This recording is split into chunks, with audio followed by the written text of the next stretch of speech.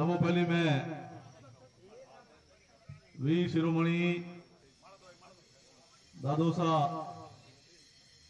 देवराज जी राठौड़ जी मातृभूमि ने क्षेत्रा गांव री पावन और पुण्य धरा ने दादोसा वीर शिरोमणि वीरमदेव जी के चरणों में जगतजननी जगदम्बा कुलदेवी मां नांगणेचा माता जी के चरणों में दसोर गढ़ा धरानी रानी भटानी सा स्वरूपा गांव के चरणों में भगवान महावीर के चरणों में अजमेर अवतार बाबा रामदेव जी लक्ष्मण अवतार ये सरकार मेरा सवार बाबू जी राठौड़ के चरणों में और 33 कोटि देवी देवता के चरणों में वंदन करते हुए सबों पहले मैं क्षेत्रवा ग्राम वासियों और आसपास में जितनी पंचायतों हैं आप सब आभारी हो कि आपने काले रात्रों ही समाचार मिलियो कि क्षेत्रवा मुख्यालय माते आदरणीय गजेंद्र सिंह जी शेखावत साहब की चुनावी सभा रखनी है और सुबह सुबह ही आप इतनी सभी बढ़िया संख्या में पधारिया मोने आप सब दर्शन लाने का मौको मिलियो आप सब आशीर्वाद लेने का अवसर मिलियो आप सब चरणों में प्रणाम करना आप धन्यवाद दूँ आप हृदय में आभार व्यक्त करूँ और आप सब स्वागत और अभिनंदन मारो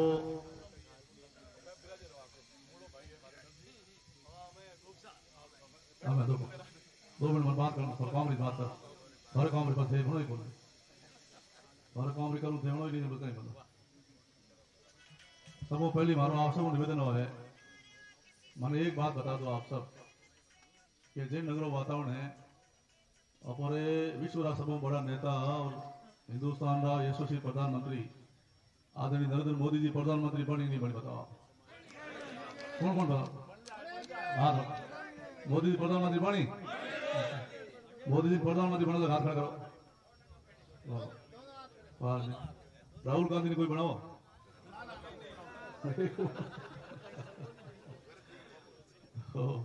और आलू हम लोग बनाओ नहीं कौन हमारा आप सब निवेदन है कि मोदी जी प्रधानमंत्री बन गया है फिर एक बार मोदी सरकार अब की बार 400 पार आने से 2/3 बहुमत बनेगा और मोदी जी बड़े बड़े फैसले लेने के लिए सक्षम हो जाएंगे। इनमें से मोदी जी चूरू आम सभा में कहो कि जितो मैं काम 10 साल में करियो 10 गुना इन 5 साल में काम कर। तो मोदी है तो मुमकिन है और मोदी जी माते अपने भरोसा और विश्वास है। इनमें से राजस्थान में मोदी जी की गारंटी माते भरोसा कर विश्वास कर नौकर सरकार बने और उन सरकार में शेरगढ़ और लॉर्ड विधानसभा क्षेत्र की भागीदारी हुई। इन वास्ते मैं आपने धन्यवाद दूँ अपने आभार व्यक्त करूँ। अब अपोरो डबल इंजन की सरकार बन गई आगे भी पासी डबल इंजन की सरकार बनी इन वास्ते अपोरे पूरे समय भाटो नहीं पा समय हाथे पे ये कामयाब हुई जड़ो पायरो पास जुड़ी वोट ली और कोई प्रलोभन में अफवाह फैला गुमराह कारण कोई गलती करे तो गलती कीमत मांगे और कीमत बा गलती कभी इतिहास माफ नहीं करे। इन वास्ते मारो आप सब चरणों में निवेदन है कि आप ही जरूर खड़ो लगाओ 2014 में पहली बार आदरणीय गजेंद्र सिंह जी शेखावत साहब ने टिकट मिली मेरे दो भाई हाथ आया और आप सब चरणों में प्रार्थना करी कि गजेंद्र सिंह जी ने कामयाब करो हमारी मजबूत जोड़ी है। अब एक तो जोड़ी मेरी थी हमारे बड़े गजेंद्र सिंह जी क्यों से आते नहीं गजेंद्र सिंह जी शेखावत साहब देखो मजबूती काम हो 2014 में 50,000 वोटों आप चुनाव जीतान भेज दिया 2019 में भी 50,000 वोटों चुनाव जीतान भेज दिया और पहली बार जीत तो ही अब एमपी तो घने बढ़िया एमपी रहा और आपकी योग्यता और विचार माते आप पहली बार कृषि राज्य मंत्री बन गया और दूसरी बार 5 साल में अपने देश का प्रधानमंत्री आदरणीय नरेंद्र मोदी जी का चयता हो गया और दूसरी बार आप जिताया कैबिनेट मंत्री बढ़िया। अब मैं आपने कह सकूं कि गजेंद्र सिंह जी हमारे टॉप 10 में है और अब की आप आशीर्वाद दे दो तो टॉप 5 में होंगे और सबसे बड़ा महत्व मिलेगा और हिंदुस्तान के नीति निर्धारण में अगर किसी का भूमिका होगी तो हमारे गजेंद्र सिंह जी शेखावत साहब की होगी। इन वास्ते मैं आप सब चरणों में आज निवेदन करूं मैं आप टाबर हूँ आप कोड़े रो फर्जन हूँ आप लिखा रो खैड़ो भाई हूँ। इन वास्ते आप सब चरणों में प्रार्थना करूं कि अब ये समय यही समय है सही समय है अपर इलाके ने भी अब आप विकसित करो जिन रंगों हिंदुस्तान विकसित हो रही है तो अपर इलाका भी विकसित हुए और इलाको आदर्श बने। इन वास्ते गजेंद्र सिंह जी शेखावत साहब कैबिनेट मंत्री बनी गजेंद्र सिंह जी क्यूसर साहब भी कैबिनेट मंत्री है कहीं हमकी मारमती मेहरबानी कर दी हूँ हो ने धड़क मार बता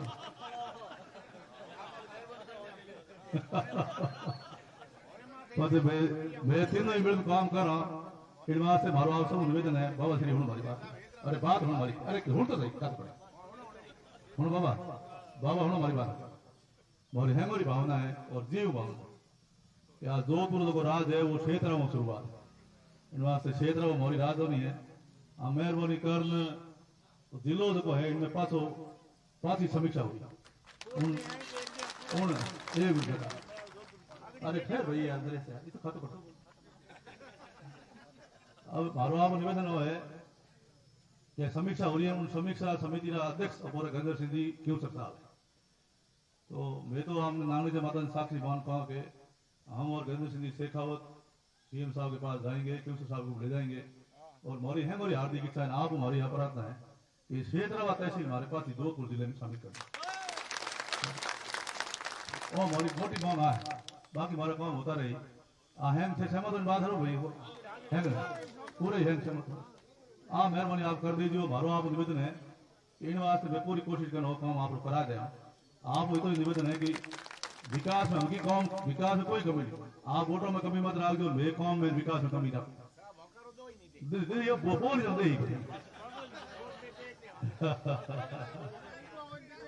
तो मारी बात मारे थे समर्थन करो गंदर सिंह शेखाव साहब समर्थन करो सब आप सब गंदर सिंह जी शेखाव साहब समर्थन करो तो आप विजय संकल्प की मुट्ठी बंद कर बोल दो जोरदार भारत माता की भारत माता की मैं तो जोरदार बोटो सिद्धांत भेद हुए करूँ तो एक तो भाई कर दियो ठीक है नहीं ए मारे गाँव है शेखर साहब के और नौ पंचायत में धन बढ़ाना है हम मारो ही दे आई जीत मारे खाते में जाए ठीक है कौन हमें गंदर सिंह साहब ना बढ़िया फोटो सिद्धांत भेज दियो एन पद और विकास कोई कमी रखो को नहीं हम ही दो शरीर अलग है आत्मा में एक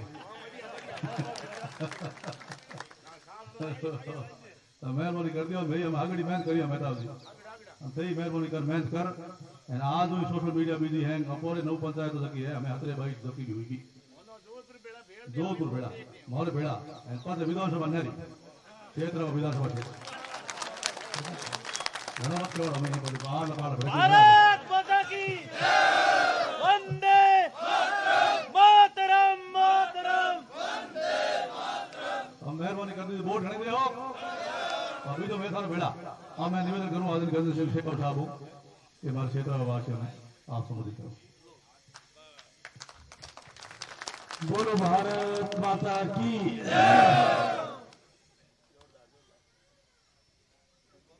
तीसरा चुनाव है और कोई संजोग इन तरह बनेड़ो है कि तीनों चुनाव में चुनाव री आखिरी सभा वह सेतरावा में और जो सुगंध ठीक है बैठो सभा कर जाऊं उन बाद में जोधपुर में एक पैदल रोड शो करो चुनाव पूरा हो जाए तो हमके फिर संजोग हूँ एक दिन आगे करता करता कल रात तय करियो कि भाई हमें एक बार सेतरावा चार आखिरी सभा उठे करा ग्रामीण क्षेत्र की आखिरी सभा करना तो अपना जो ट्रैक रिकॉर्ड बनेगा वो ठिकाने पर तो मैं रात सबने फोन करियो आदरणीय कान सिंह साहब ने गोपाल भाई ने सबने फोन करियो नरेश जी में कि भाई सुबह सुबह है तो जल्दी ब्याह है घना पण था ब्याह हुआ काले तो ब्याह होना चक्कर में सब अठीने उठीने कोई जान में गियोड़ा है कोई आयोड़ा है सब रहे पर तो एक बार सुबह सुबह रेवण जो है सब रेवण करी जिधर क्षेत्रों में एक रेवण आप ही करना सुबह आप लोग सब इतनी बड़ी संख्या में रात रखिए और सुबह सब लोग तैयार गया आप लोग सब लोग खूब सारो हृदय पूर्वक धन्यवाद करें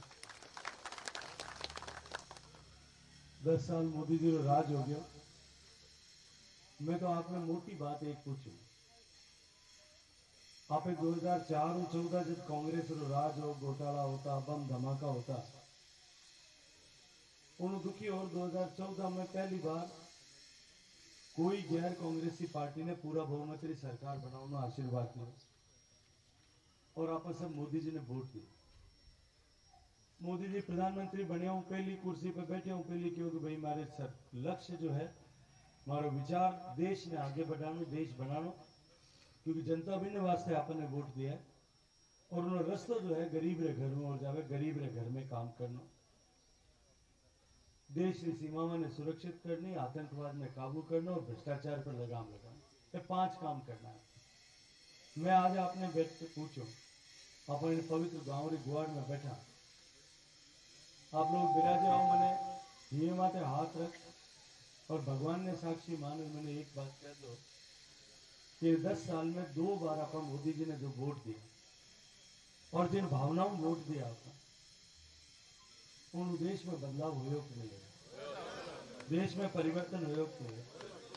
और आपे 2 वोट दिया, उन गरीब रे घर में चांदनो हुए कि नहीं, गरीब रा मकान बनया, बिजली लगी, शौचालय लग गया बनया, गैस रा चूल्हा लग गया, गरीब रे घर में जो है उन परिवर्तन हुआ।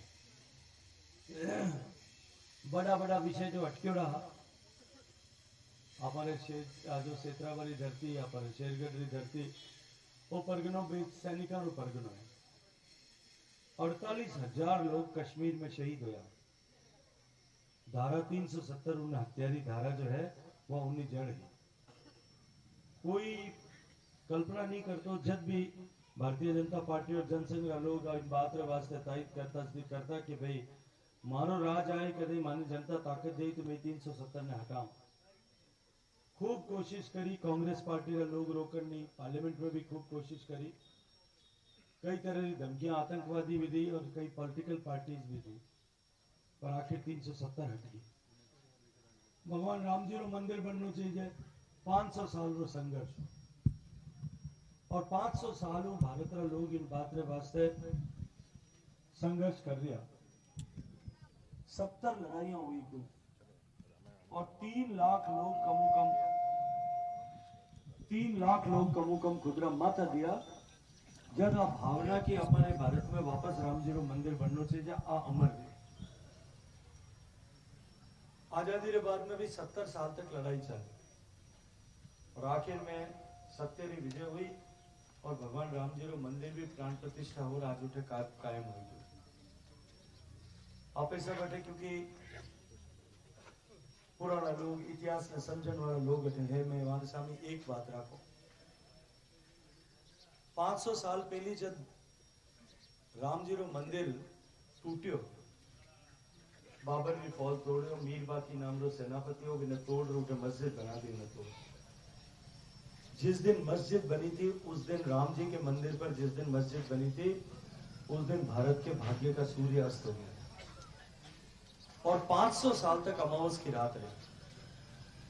500 साल बाद में जिस दिन भारत में भगवान राम के मंदिर की वापस भव्य प्राण प्रतिष्ठा हुई है, उस दिन भारत के भाग्य का सूर्य वापस उदय हो। और हमारे भाग फाटे उन्होंने पहले सुबह सुबह थोड़ी थोड़ी कैप्टन साहब लाल लाल दिखे, चांद में होना शुरू हुए। आप अनुभव करिए कि 10 साल में भारत की सनातन संस्कृति के जितने मानबिंदु, हमारी गाय है, हमारी गंगा पवित्र हुई है, हमारी गौ माता की प्रतिष्ठा वापस बढ़ी है, देशी गौवंश के प्रति रुझान पूरे विश्व भर में बढ़ा है, गीता का सम्मान पूरे विश्व भर में बढ़ा, हमारे देवों के सम्मान पूरे विश्व भर में बढ़ा, माताओं बहनों की प्रतिष्ठा पूरे देश भर में वापस पुनः स्थापित हुई।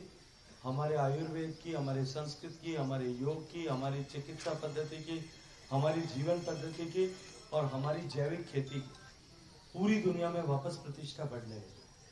पिछले 10 साल में भारत के सामाजिक संस्कृति और सनातन संस्कृति के सारे मानबिंदु जो हैं, उनकी प्रतिष्ठा पूरे विश्व भर में, ये जो अभी तो सूर्योदय से पहले ही वापस स्थापित होने लगी। और ये सूर्योदय इस बात का पंचायत है कि आने वाले 25 साल में जब भारत के भाग्य का सूर्य एक बार निकल करके उदित होगा, भारत एक बार पूरी दुनिया को जो है वापस भारत की रोशनी से जगमगाएगी पूरी दुनिया, और भारत पूरे विश्व का नेतृत्व करेगा। और माननीय मोदी जी के नेतृत्व में आज देश उन रास्ता में चल रहे।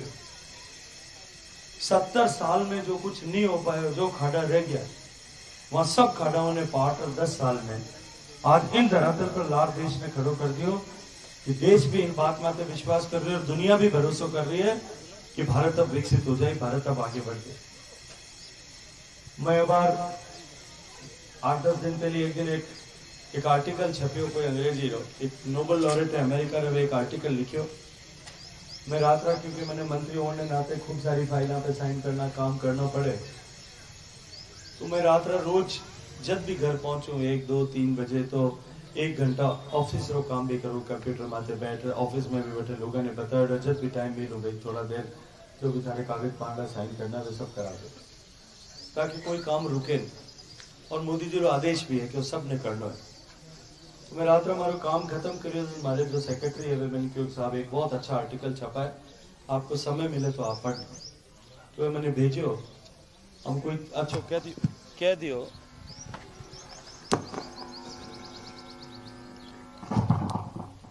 जना बिना पढ़ने मन हुए बिना पढ़ियो। वो लिखियो कि दुनिया में 3 महाशक्तियां हैं, एक अमेरिका, एक रूस और एक चीन। और वो आगे लिखियो बहुत लंबो चौड़ी बात लिखी है, मैं तो छोटा में आपने मर्ज करूं कि साहब रूस डगमगा है, यूक्रेन के वॉर के बाद में उनकी स्थिति जो है बहुत कमजोर हुई है, आर्थिक दृष्टि से भी कमजोर हुई है और उनकी प्रतिष्ठा भी पूरी दुनिया में घट गई है। मैंने कहा कि अब तीसरी महाशक्ति रूस को हटा करके बनने के लिए या रूस के रहते हुए चौथी महाशक्ति बनने के लिए कोई देश आगे बढ़ रहा है और तेज गति से आगे बढ़ रहा है तो वो भारत। और वो खुलासा करे कि कोई भी देश ने महाशक्ति बनने वास्ते पहले आर्थिक ताकत बननी पड़े और भारत जिन तरह दुनिया में सब तेजी में बढ़ती हुई अर्थव्यवस्था है 5वां नंबर पर पहुंची और 3रा पर पहुंचने वाली। और मैंने जब आप लोगों का आशीर्वाद हूँ अभी 5 महीना पहले डावोस में विश्व वर्ल्ड इकोनॉमिक फोरम की मीटिंग है, उन मीटिंग में मोदी जी भेजो उठे मैं जब भारत में बात रखी जब दुनिया भर में लोगों की जो प्रतिक्रिया आई और खुदरा भाषण में ही मैं उठे बात रखी कि भाई मोदी जी नेतृत्व में मैं 3रा नंबर की अर्थव्यवस्था अगला 3 साल में बन जाऊं। तो दुनिया भर का लोग जो है वह बात रखी कि आप 3रे नंबर की तो हो जाओगे लेकिन 2047 से पहले भारत दुनिया की पहले नंबर की अर्थव्यवस्था बनेगा। आर्थिक ताकत भारत में बढ़ रही है, आज दुनिया में सबसे ज्यादा निवेश भारत में हो रही है। भारत रो जो फॉरेन करेंसी रो रिजर्व है वो आज $700 बिलियन को क्रॉस कर गयो, जबकि 2014 में अपन तेल खरीदने वास्ते बॉन्ड लेना पड़े। तो अपन एक ताकत इन गतियों आर्थिक दृष्टिकोण कर। दूसरी वो क्योंकि मिलिट्री पावर जिन देश रखे, क्योंकि केवल आर्थिक ताकत तो पेट्रोल बेचने वाला तेल बेचने वाला देशा नहीं बहुत है, लेकिन वे सुपर पावर नहीं बन सके क्योंकि हमारे कने दूसरों कोई आधार नहीं। और दूसरा वह क्योंकि मिलिट्री पावर जो है वह इंपॉर्टेंट है और वह बढ़े यदि देश कोई आगे महाशक्ति बन सके। और वे आगे लिखियो कि मोदी जी जिन तरह देश ने आत्मनिर्भर इन मामला में बनाया, हवाई जहाज बनाना शुरू कर दिया। आज तेजस एयरक्राफ्ट जो इंडिया में बनाया LCA अमेरिका और मलेशिया तक 14 देशों ने लेवन वास्ते लाइन में खड़ा है। आप सैटेलाइट टेक्नोलॉजी आप जो है आप जो मिसाइल्स बना रहे हैं, आप एंटी मिसाइल जो काम कर रहे हैं, आप जो तोपा बनानी शुरू करी है, हेलीकॉप्टर बनाना शुरू कर दिया, आप छोटी बंदूका बनानी शुरू कर दी। दुनिया भर में साथे कंपनियां रे साथे समझौता कर और प्राइवेट सेक्टर में मैन्युफैक्चरिंग ने दे और जिन तरह काम शुरू करियो उनो प्रभाव वो है कि आज आप दुनिया में सब ज्यादा डिफेंस रो सामान खरीदने वाला लोग इंपोर्ट करने वाला देश है। आज आप दुनिया रे टॉप 10 एक्सपोर्टिंग देशों में पहुंच गए और भारतीय सेना रो जो सामर्थ्य बढ़े और जिन तरह आधुनिकीकरण हुए और जिन तरह मनोबल बढ़े हुए उन्हें बाद में वे कहे कि अब भारत मिलिट्री पावर बनने की दिशा में भी आगे बढ़ गया। पर उन्होंने कहा क्योंकि आर्थिक और मिलिट्री दोनों भी हो जाए तो भी देश आगे नहीं बढ़ सकता, जो सुपर पावर नहीं बन सकता, महाशक्ति नहीं बन सकता। तकनीकी की ताकत भी होनी चाहिए और टेक्नोलॉजी का फील्ड में वे बताया कि सैटेलाइट टू एयर सेमीकंडक्टर से हिंदुस्तान जिन तरह दुनिया ने लीड कर रहे हो इन क्षेत्र में भी अब भारत के वास्ते कोई चुनौती नहीं रही। और चौथी चीज है कि भारत का मिन खानी ताकत बताए। वो लिखा है कि भारत के लोग पिछले 7 दशक से मूलभूत आवश्यकताओं के संघर्ष से जूझ रहे और गरीबी की रेखा के नीचे देश की लगभग 30% आबादी थी। लेकिन मोदी ने जो इनिशिएटिव लिए उसके कारण से देश का आम आवाम मूलभूत आवश्यकताओं की चुनौती, ये जो मकान, बिजली, पानी, चिकित्सा, शिक्षा, सड़क, इन सब से बाहर निकल गए और तेज गति से बाहर निकल गए। और साथ साथ में जो गरीबी भारत में 29-30% थी, गरीबी की रेखा के नीचे जो लोग थे 25 करोड़ लोग पिछले 10 साल में गरीबी की रेखा से बाहर निकल गए और अब मात्र 11% बची है जो अगले 5 से 10 साल के बीच में खत्म हो जाएगी। तो ये जो आदमियों की ताकत बढ़ रही है ये सबसे इंपॉर्टेंट है। और उसने कहा कि इन चारों जो वर्टिकल्स हैं, इन चारों पिलर्स पे हिंदुस्तान सबसे तेजी से आगे बढ़ रहा है। और उन्होंने आगे वो क्यों कि महाशक्तियां तो 3-4 हो सकती है, लेकिन दुनिया का विजेता और विश्व गुरु एक ही देश हो सकता है, और उसके लिए जो चाहिए वो होता है सांस्कृतिक पावर, कल्चरल पावर। और भारत की जो वसुधैव कुटुंबकम की परिकल्पना है और भारत की जो दर्शन है, भारत का जो ज्ञान है, वो भारत को आने वाले समय में इन सब आर्थिक महाशक्तियों और महाशक्तियों के ऊपर देखिए पायदान पर ले जाकर के बिठा दे। और अब की बार का जो ये चुनाव है, ये चुनाव इस देश में देश को उस दिशा में आगे ले जाने की नींव की ईंट रखने का चुनाव है। तो मैं आपने एक तो ही निवेदन करूं, बहुत लंबी चौड़ी बात करने की जरूरत नहीं। देखो, एक तरफ संस्कृति रा अपने सनातन संस्कृति रा मान बिंदु जारी रक्षा रे वास्ते हमारा बडेरा माथा दे, एक तरफ वारी जो है सम्मान बढ़ाने वास्ते काम करने वाला लोग है, और दूसरी तरफ कांग्रेस पार्टी रा लोग किन तरह का बयान दिया आप लोगों ने जानकारी है कि सनातन तो कोरोना के जैसा है, कोविड के जैसा है, ये सनातन संस्कृति जो है ये तो कैंसर के जैसी है, इसको तुरंत समाप्त होना चाहिए। अभी 3 दिन पहले आप देखे होगा, कांग्रेस पार्टी का जो कैंडिडेट केरल में चुनाव लड़ रहा है राहुल गांधी जी, और हमारे बराबरी कॉन्स्टिट्यूंसी में जो कांग्रेस पार्टी का कैंडिडेट है वो खुद ही कॉन्स्टिट्यूंसी में बड़ा बड़ा होर्डिंग लगाया है कि अगर केरल वासियों को गाय का मांस खाने की अनुमति चाहिए और फ्रीडम चाहिए तो कांग्रेस पार्टी को जिताना चाहिए, अगर बीजेपी आ गई तो गाय का मांस खाना अलाउ नहीं है। अब इस परिस्थिति तक चुनाव की लड़ाई कांग्रेस और बीजेपी के बीच में पहुंच गई। मैं इसलिए आप सबसे निवेदन करता हूं कि चुनाव कामकाज का चुनाव नहीं, ये चुनाव इस देश के मान और मर्यादा के पक्ष में खड़े और उसके विपक्ष में खड़े हुए लोगों के बीच में चुनाव। आप लोगों ने 2 बार मुझे आशीर्वाद दिया और दोनों बार में देश जिस तरह से बदला, लोगों के गरीब की सेवा के लिए जिस तरह से काम हुए, इंफ्रास्ट्रक्चर डेवलपमेंट के लिए जिस तरह से काम हुए, सड़क में, रेल में, बिजली में, पानी में, चिकित्सा में जिस तरह के काम हुए, उसके बारे में मुझे कोई बहुत विस्तार से आप सब लोगों के सामने कहने की आवश्यकता नहीं। आप सब लोगों के विषय जानकारी में एक पानी का संकट हमारे यहाँ जरूर बाकी रह गया, और हमारे कांग्रेस वाला उन वास्ते हमारा लाड़ थोड़ा ज्यादा ही कर गजेंद्र सिंह जी मंत्री और मोरे पानी नहीं पूछे। मैं आप एक बात आपको निवेदन करता हूँ, मोदी जी ने 5 साल में जब गरीब कल्याण का काम किया और उसका प्रभाव हुआ, उनने बाद में वे 2019 में तय करियो कि हर घर तक पानी पहुंचाना, और मैंने उन्हीं जिम्मेदारी ली।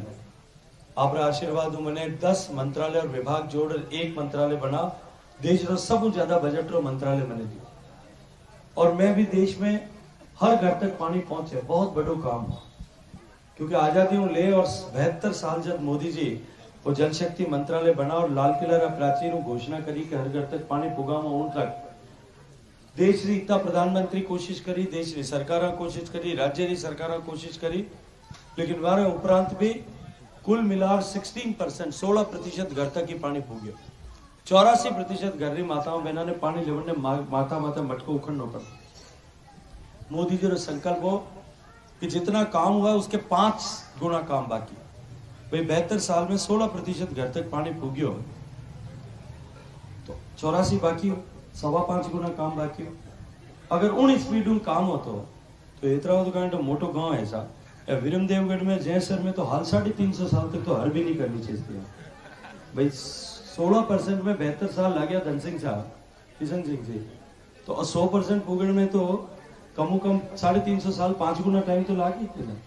तो जयसर वाला तो हाल 350 साल तो रेडी नहीं करनी चाहिए, पानी 55 साल में। ये तो मोदी की माया है कि पानी 5 साल में आ रहा है, और इस संकल्प के साथ में काम कर रहे थे कि 5 साल में पानी पहुंचाएंगे।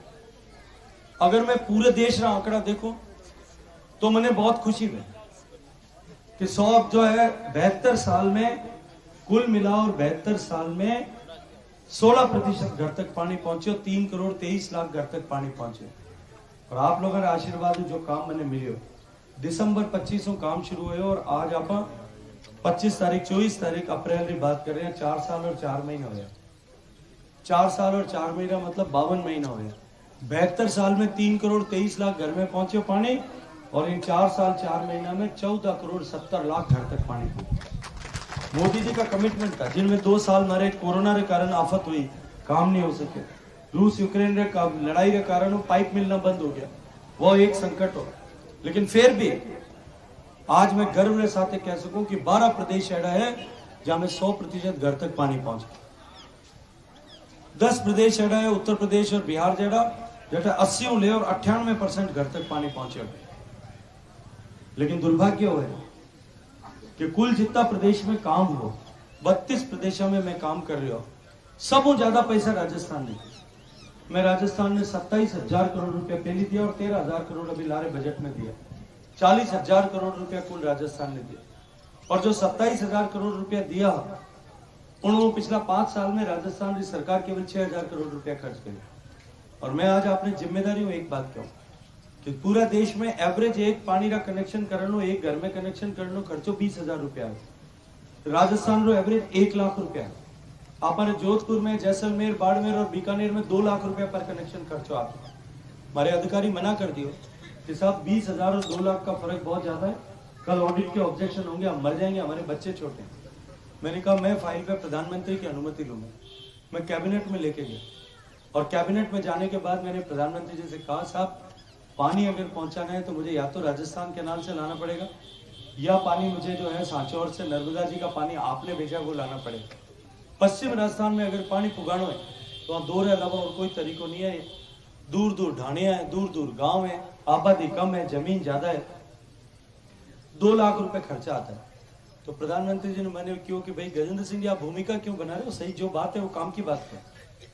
तो मैं प्रधानमंत्री जी ने निवेदन किया, मैं साहब मेरे अधिकारी 20,000 और 2 लाख रुपए का फर्क मानते नहीं और वो कहते हैं 2 लाख रुपए बहुत ज्यादा है।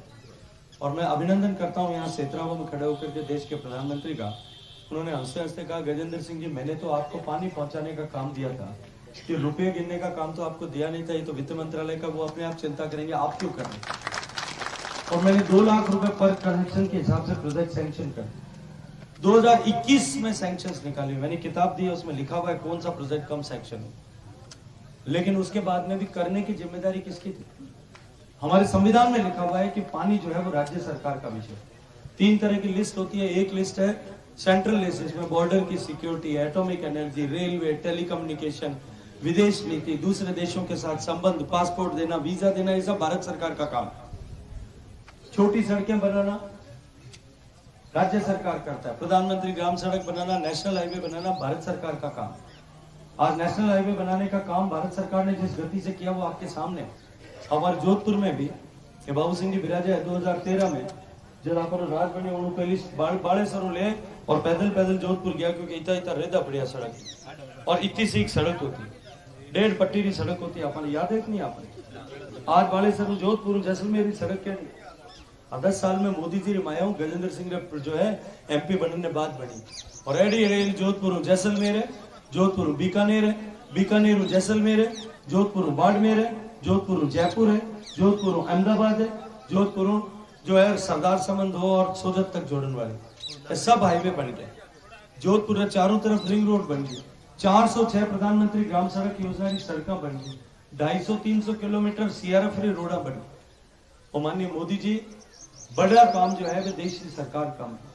रेलवे लाइन नहीं बनी, नया रेलवे इलेक्ट्रिफिकेशन हो गया, एयरपोर्ट नया स्टेशन बन रहा है, एयरपोर्ट जोधपुर नया बन रहा है। ये बड़ा काम जो है ये भारत सरकार करे।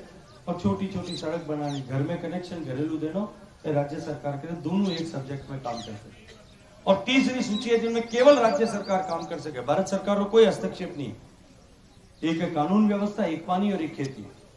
आज अगर आप कोई मुकदमा हो जाए तो आप मुकदमा थाना में दर्ज कराओ, CBI में दर्ज करा सकते। CBI में डायरेक्ट मुकदमा दर्ज नहीं हो सकता। ये कांग्रेस के लोग झूठ बोलते हैं, अफवाहें फैलाते हैं कि CBI का दुरुपयोग हो रहा है।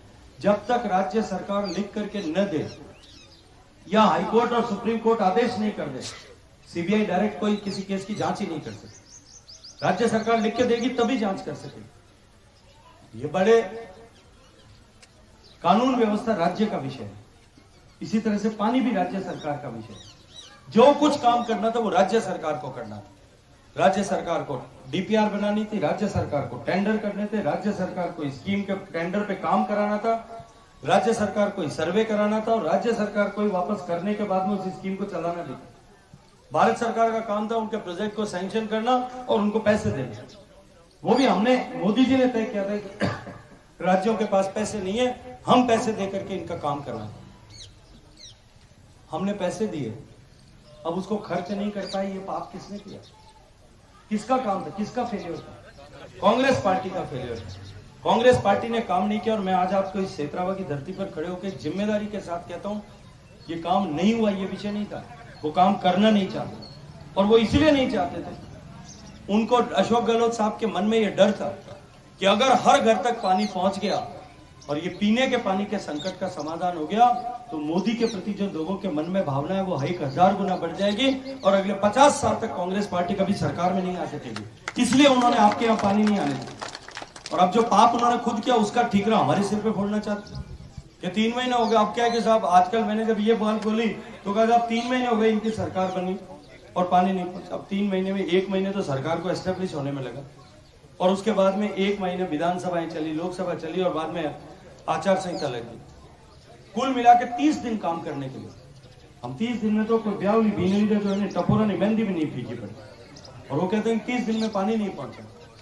30 दिन में पानी नहीं पहुंचा। हमने तो मुख्यमंत्री, मंत्रियों सबके साथ बैठ करके बात की। मेरे मंत्री ने आकर के सारे जो है संभाग मुख्यालयों पर आकर सारे विधायकों के साथ में बैठ करके, क्योंकि इन्होंने उस स्कीम का सत्यानाश कर दिया, राजनीति के आधार पर कई टंकियां घुमा दी। पीड़ की टंकी तो आप जो है लोड कॉन्स्टेंट तो हवा में ही चलती, एक दिन अट पूछती, दूसरे दिन उठ पूछ जाती, तीसरे दिन उठ पूछ जाती, चौथे दिन बढ़ती कटे और जा रही।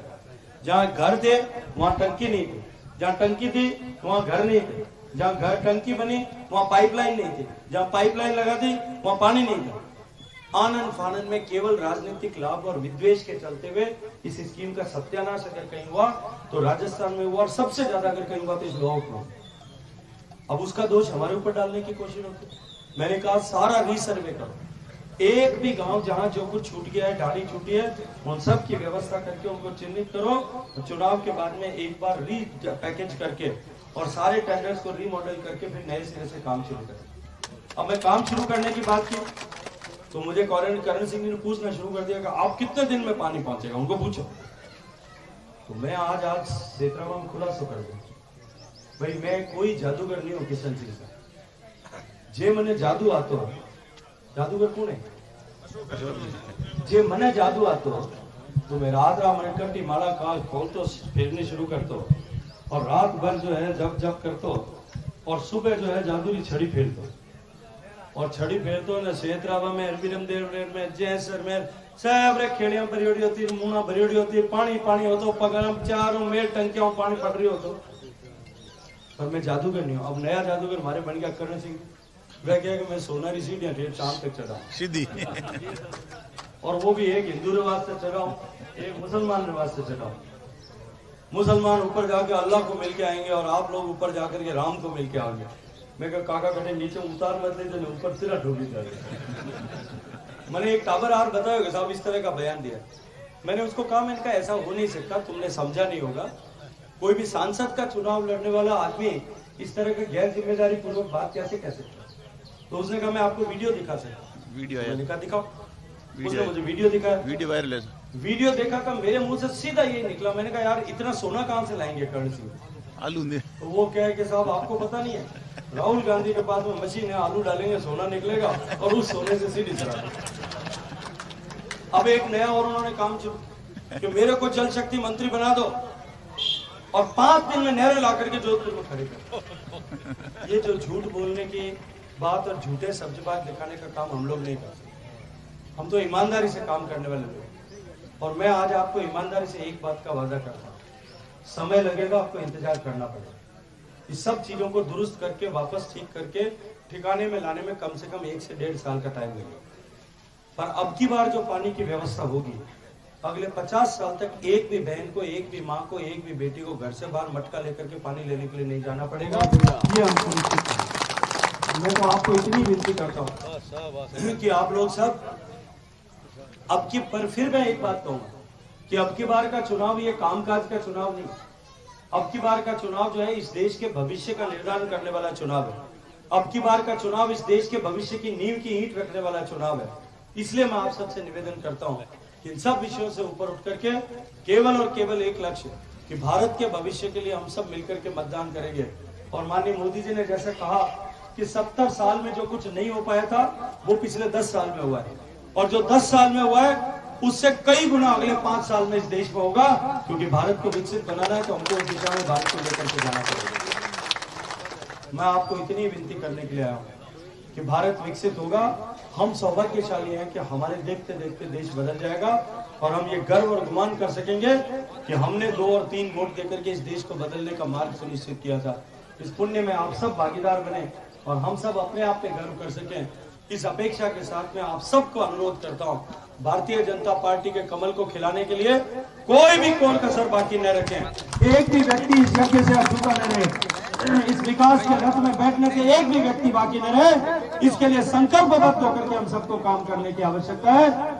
और मैं आपसे आग्रह करता हूं, अनुरोध करता हूं, जो ये संकल्प लेना चाहते हैं कि इस देश के इस विकास के इस यज्ञ में मैं, मेरा परिवार, मेरा कुटुंब, मेरे पड़ोसी, मेरे गांव और मेरे क्षेत्र में मेरे परिवेश में एक भी व्यक्ति को बाकी नहीं रहने दूंगा, वो सब अपने दोनों हाथ उठाएं, मुट्ठी बंद करें और पूरी ताकत से बोले भारत माता की जय, भारत माता की जय।